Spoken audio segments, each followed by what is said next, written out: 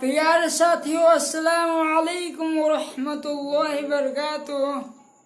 امید کرتا ہوں کہ آپ لوگ خیریت و عافیت سے ہوں گے اور آپ لوگوں کی تیاری بہت اچھا سے چل رہی ہوگی۔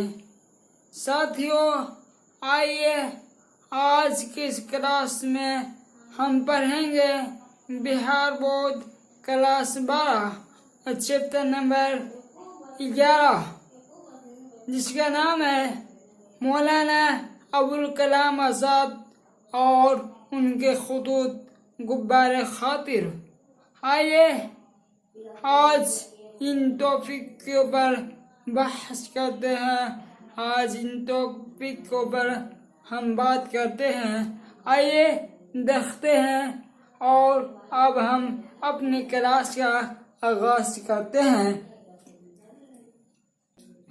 مولانا ابوالکلام آزاد اور ان کے خط غبار خاطر کے 3 خطوط۔ غبار خاطر کے 3 خطوط جو ہے یہ خط ہے۔ آئیے دیکھتے ہیں مولانا ابوالکلام آزاد کے حیات زندگی کے بارے میں۔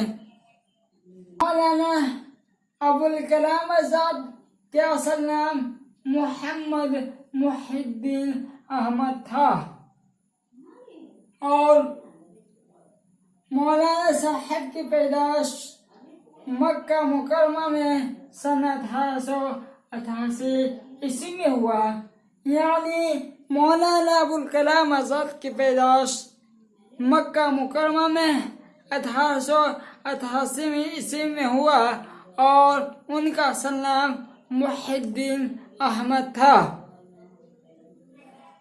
مولانا صاحب کے والد کے نام مولانا خیر الدین مدرس تھا، یعنی مولانا ابوالکلام آزاد کے والد صاحب بھی ایک عالم دین تھے، ایک مولانا تھے۔ ان کا اصل نام مولانا خیر الدین مدرس تھا۔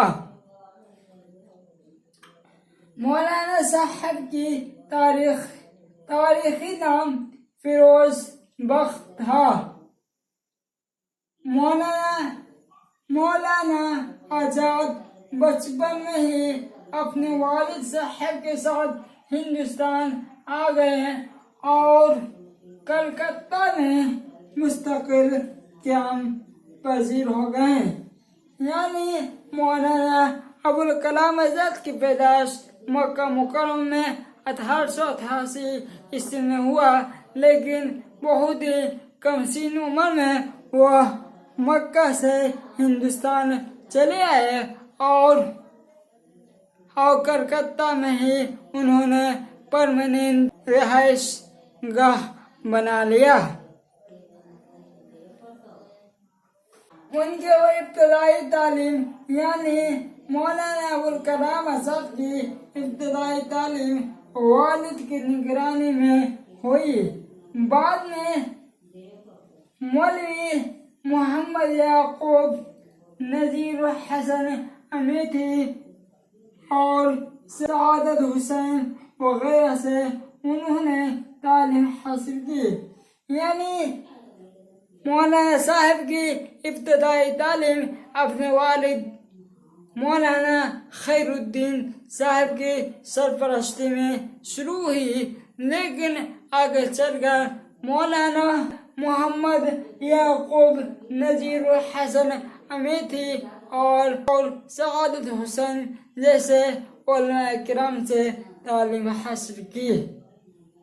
جب مولانا ابوالکلام آزاد کی تعلیمی سلسلہ جاری تھا، تعلیمی سرگرمیاں جاری تھا، اسی دوران مولانا ابوالکلام آزاد کے والد صاحب ان کے گھر میں کچھ بچوں کو لا کر دیتے ہیں ان کو پڑھانے کے لیے۔ مولانا ابوالکلام آزاد بچپن سے ہی مدرس یعنی ٹیچنگ کے کام بخوبی انجام دیے اور مولانا ابوالکلام آزاد بچپن سے ہی شعر و شاعری، خطوط نگاری وغیرہ لکھنا شروع کیے تھے۔